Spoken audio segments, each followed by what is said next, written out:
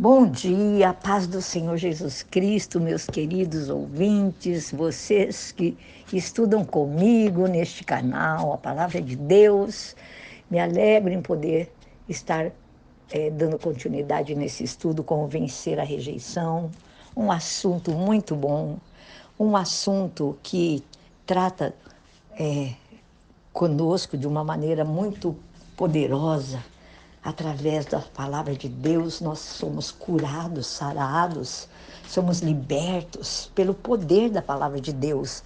E é muito bom compartilhar isso com vocês, porque quem de nós, vamos dizer assim, já não passou por uma situação assim, um sentimento de rejeição em alguma área da sua vida? Todos nós já passamos. Em nome de Jesus, espero que você já tenha sido curado. Mas se você ainda passa por esse sentimento, ou sabe de alguém que está passando por esse sentimento de rejeição, que não é proveniente do nosso Deus, mas maligno, um sentimento que leva as pessoas até o suicídio. A gente ouve tantas histórias de pessoas, familiares, filhos, pais, pessoas de maneira geral, exemplificando, que não suportaram, porque a dor é muito grande. E eu, fazendo esse estudo, eu pesquisei e chegou ao meu conhecimento que a dor da rejeição é como, para o nosso cérebro, ela é como uma dor física.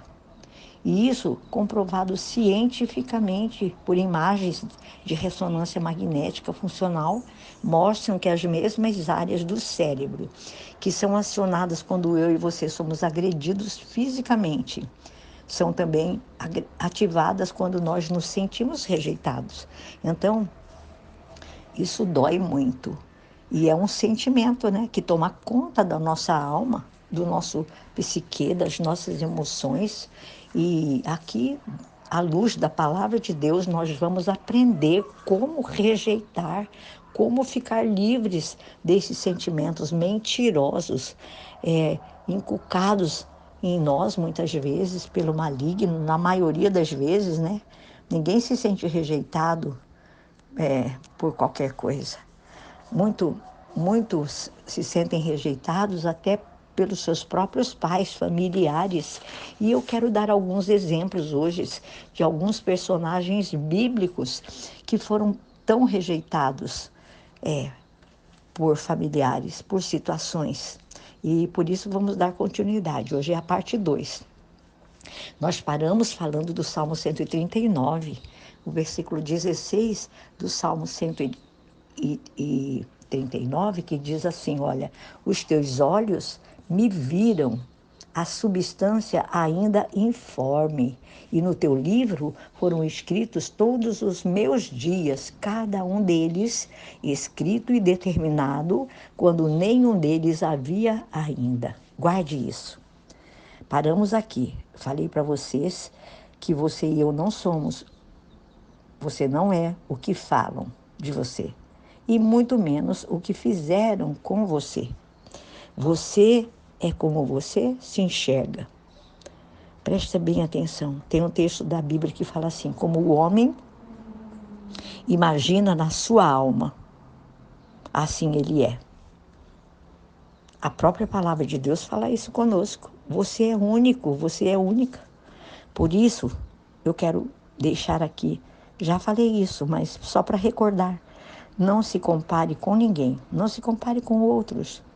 Você até pode se inspirar, ter referências de pessoas, mas nunca você vai poder viver a vida daquela pessoa, a vida do outro.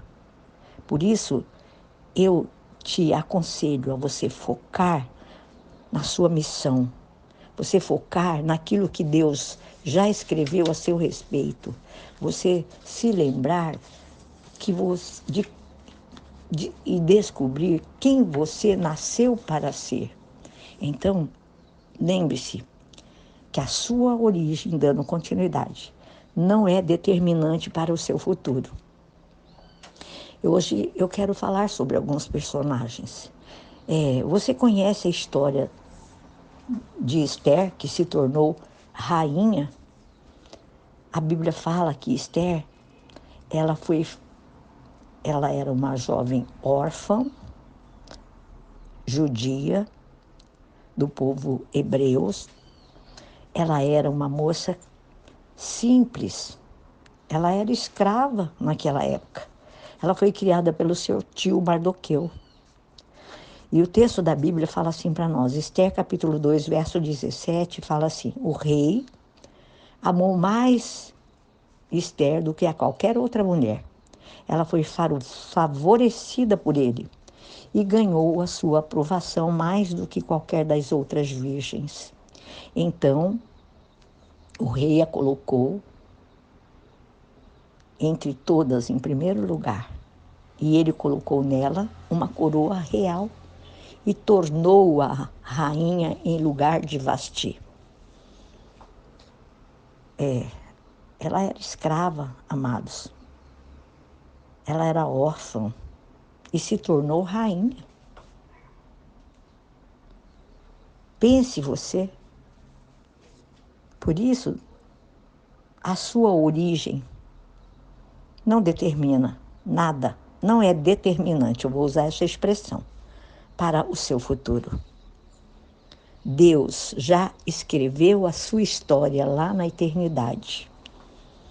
E eu quero compartilhar também outro exemplo que é muito conhecido, biblicamente falando, e é bastante inspirador. Jefité.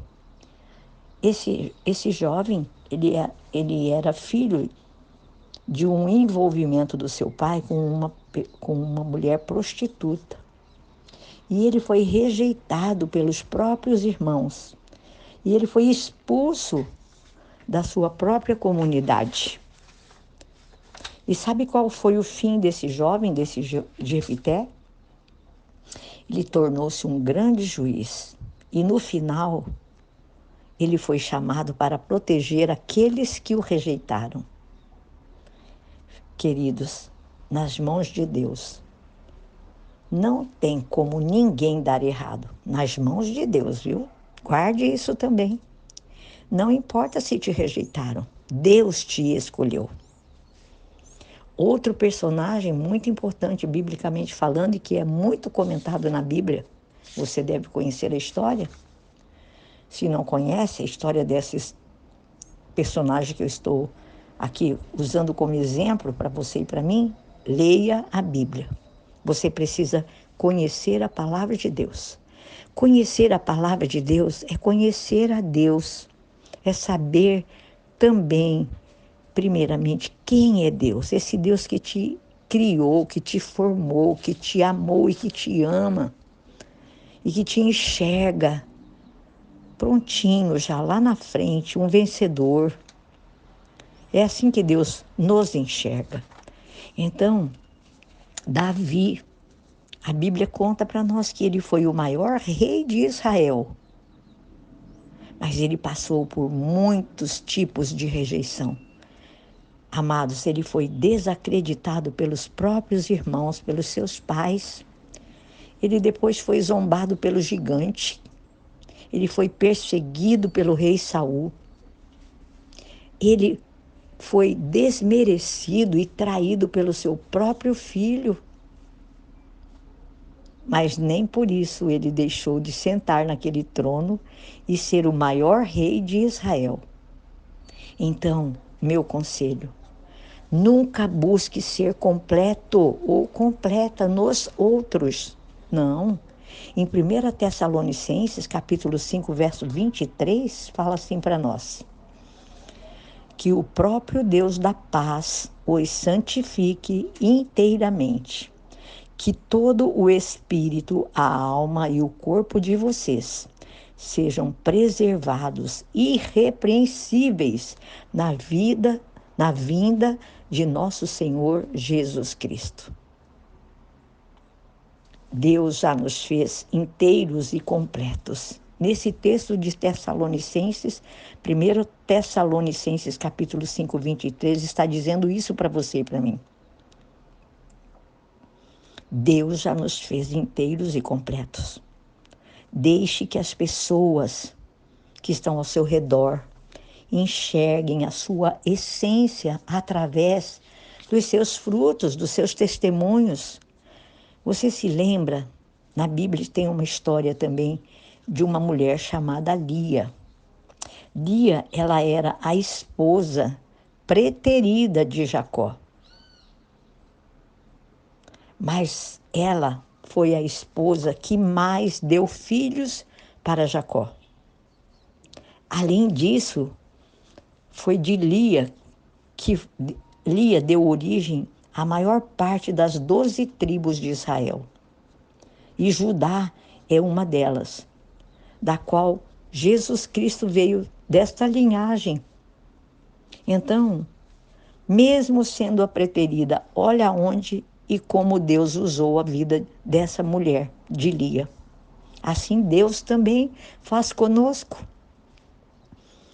Então, eu quero assim parar por aqui, porque senão fica muito extenso o áudio, né? E às vezes as pessoas não têm paciência de ouvir, você sabe? Mas olha, em nome de Jesus, esses estudos, talvez você nem tenha um estudo assim lá na tua igreja. Não é pretensão da minha parte não, viu? De forma alguma.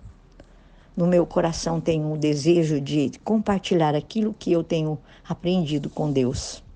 Que você possa receber no seu coração esses estudos. Que você possa crescer espiritualmente. E que você seja muito abençoado através desses estudos. Porque não são meus esses estudos. É a palavra de Deus que está nos ensinando. É o Espírito Santo que nos ensina, assim como eu também aprendo com outros. E aquilo que eu tenho aprendido, aquilo que eu tenho lido, aquilo que eu tenho extraído de muitos e muitos estudos de outros servos e servas de Deus, eu compartilho com vocês.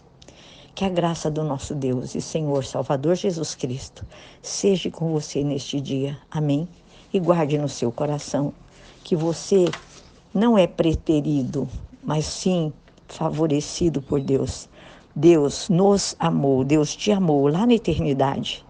E Deus quer que você viva vencendo dia a dia toda e qualquer circunstância que venha ser adversa para você no seu dia a dia. Em nome de Jesus, que você possa se sentir amado, abençoado, em vez de preterido, preferido de Deus. Amém? Que Deus te abençoe.